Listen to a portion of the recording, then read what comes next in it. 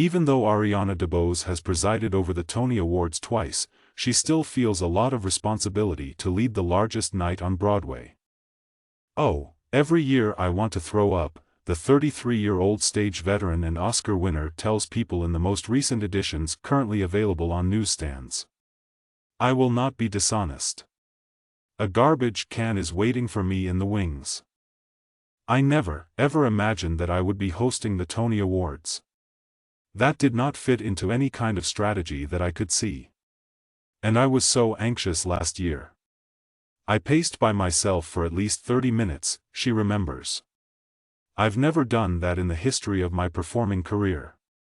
Even in last year's dance-focused opening routine, when she launched herself down the grand lobby staircase of New York City's United Palace Theater in Washington Heights only to be caught, one floor below, by dancer Julius Anthony Rubio, those watching DeBose surely couldn't tell. Maybe that's because DeBose makes everything appear so simple. Being a proficient dancer, accomplished vocalist, and captivating actor, she possesses the triple threat quality that is frequently seen in Broadway performances. However, what has really set the North Carolina native apart from the rest is her willingness to take big chances and give her all to her work with total sincerity. This has allowed her to move from ensemble parts in Hamilton to leading roles on stage, such as in 2018's Summer, which earned DeBose her first Tony nomination.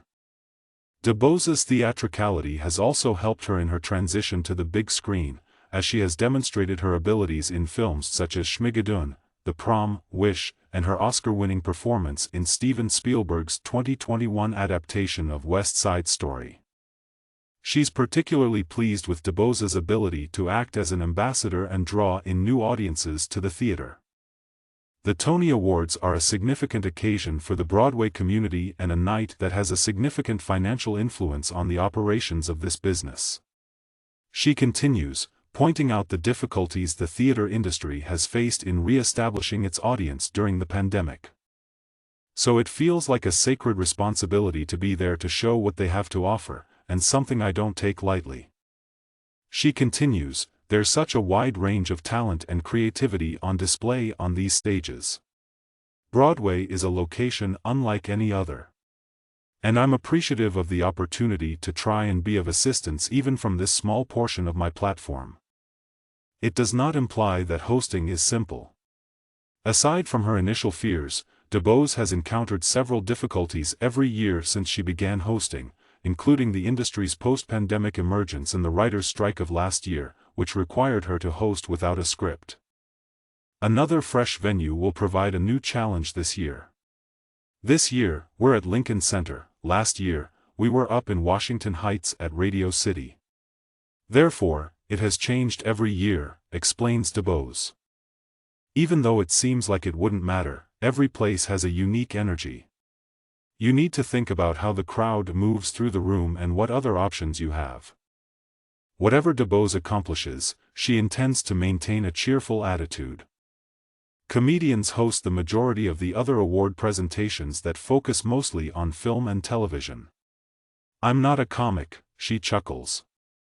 However, I see that as a strength and choose a different route. I'm an actor, and I adore everyone around me. Thus, I've decided to enjoy it and follow the night's thrill and enthusiasm.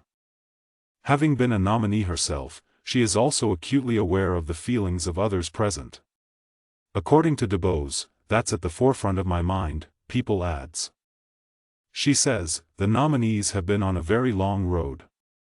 To put it another way, it's a campaign, and it requires a lot of work. People frequently don't get enough sleep. In addition, they perform their show 8 times a week at night in addition to attending event after event, including lunches, photo sessions, and interviews, all related to the Tony Awards. She goes on, that adds a whole new degree of endurance to all of this. You may observe that I make an effort to be really considerate of them and look for opportunities to truly let them enjoy themselves. Since, very honestly, they deserve it. Get the best of People, from celebrity news to gripping human interest stories, sent straight to your inbox by subscribing to their free daily newsletter. DeBose has also earned herself a much-needed vacation. She gave herself some space the past several months after a couple years of working non-stop, though she still has 7 projects in pre- and post-production, including the upcoming Craven the Hunter. Nevertheless, she's been able to concentrate on her next goal, a return to Broadway, thanks to her alone time. I am really craving being back on stage, in a larger way than simply hosting the Tonys, she admits. And for that reason, this will probably be one of the last times I host for a while, so someone else can hold the ropes. With a joke, I'll leave them my bucket. On Sunday, June 16th, at 8 p.m. Eastern Time on CBS and Paramount+, the 2024 Tony Awards will be broadcast. A pre-show that starts at 6:30 p.m. Eastern Time on Pluto TV, the top free streaming television provider, will feature the presentation of several awards.